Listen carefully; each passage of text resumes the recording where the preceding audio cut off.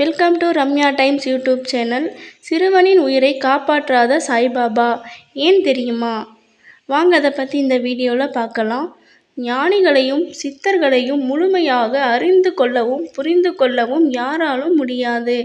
ஒரு சிலருக்கு மகத்தான ஞானிகள் அருகிலேயே வாழும் பாக்கியம் கிடைத்தும் அவர்களுக்கும் இத்தகைய நிலைமைத்தான் ஏற்பட்டிருக்கு.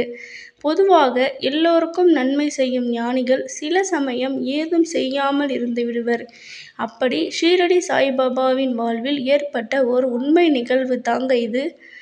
ஒரு நாள் ஷீரடி சாய்பாபா தனது மண்டபத்தில் இருந்தபோது அவரின் பக்தை ஒருவர் பாபாவிடம் வந்து தனது ஒரே மகனை நாகப்பாம்பு தீண்டி உயிருக்கு போராடுவதாகவும் தனது மகனின் உயிரை எப்படியாவது காப்பாற்றி தருமாறு பாபாவிடம் கண்ணீர் விட்டு போராடினர். ஆனால் பாபாவிடம் இருந்து எந்த ஒரு பதிலும் இல்லை. மௌனமாகவே இருந்தார். இதை கண்ட மற்ற பக்தர்களும் சற்று கவலையடைந்தனர். அந்த பக்தை பலமுறை பாபாவிடம் கெஞ்சிக் கொண்டிருக்கும் போதே பாம்பினால் தீண்டப்பட்ட அவளது மகன் இறந்துவிட்ட செய்தி அவளுக்கு வந்ததால் தனது வீட்டை நோக்கி அழுது கொண்டே ஓடினாள்.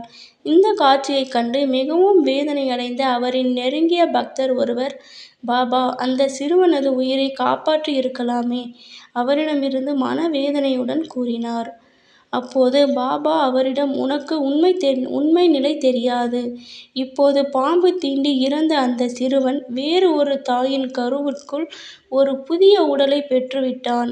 அந்த உடலில் அவன் மூலம் இந்த நாட்டிற்கு பல நன்மையான காரியங்கள் நடக்கப் போகிறது.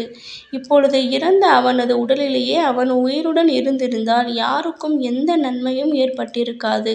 மேலும் அவனை இப்போது உயிர்ப்பித்திருந்தால் அவன் செய்யப்போகும் பாவ காரியங்களுக்கான கர்ம வினை பயனை அவனது உயிர்ப்பித்த நானும் அவனை உயிர்ப்பிக்க சிபாரிசு செய்த நீயும் சுமந்திருக்க வேண்டியிருக்கும். இதற்கு உனக்கு சம்மதமா என கேட்டார். அனைத்தையும் அறிந்த இந்த இறைவனின் அம்சமான பாபாவிடம் அன்று அவ்வாறு பேசியதற்கு மன்னிப்பு கேட்டார் அந்த பக்தர்.